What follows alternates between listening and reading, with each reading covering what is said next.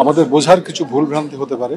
এই এই যে পুরনো যে কমিটিটা আছে তাদের কোনো নির্বাহী যে বিভিন্ন কার্যক্রম থেকে সেইটা আপাতত স্থগিত হচ্ছে।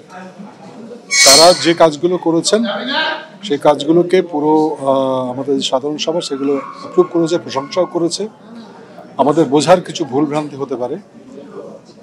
এখন সংস্কারটা খুব জরুরি বলেই সেই সংস্কারের পক্ষে যেহেতু মত ছিল সবার, আমরা হাউসে বসে বুঝতে পেরেছি সেই নতুন আলোকে আমরা দেখতে চাই আমাদের কি কি প্রয়োজন। সেক্ষেত্রে পুরোটাই একেবারে ওপেন থাকছে, যে কোনো সদস্য এসে বলতে পারবেন যে এই বিষয়ে সংস্কার দরকার। সেটি পুরো অ্যাক্টার্স এই এই এই এই প্রতিষ্ঠানের সদস্য হওয়া থেকে শুরু করে সদস্যদের ইয়েগুলো আপডেট করা থেকে শুরু করে সমস্ত কিছু। আমরা কোনো সাংগঠনিক জটিলতা বা কোনো ধরনের অন্য ইসের মধ্যে যেতে চাই না।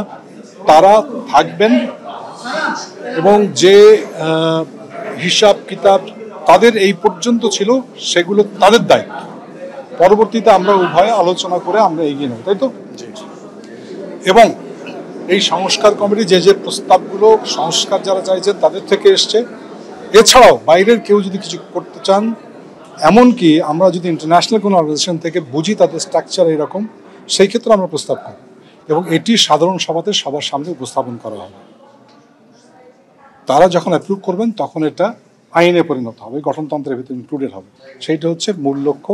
আমরা কোনো মতেই আমাদের মধ্যে বিভেদ বিভাজন এগুলো চাই না বলেই আজকে সবাই মিলে এই সিদ্ধান্ত আমরা আসতে পেরেছি যে পুরনো কমিটি তারা থাকছে, সঙ্গে সঙ্গে এই সংস্কার কমিশন বলা হচ্ছে এটাকে, তারা অন্তর্বর্তীকালীন একটা কমিটি মতো।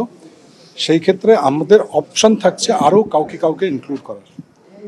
একটা জিনিস হলো, যারা কোনো রাজনৈতিক দলের সঙ্গে কোনোভাবে সরাসরি সংশ্লিষ্ট তারা আপাতত এই সংস্কার কমিটির মধ্যে থাকবেন না।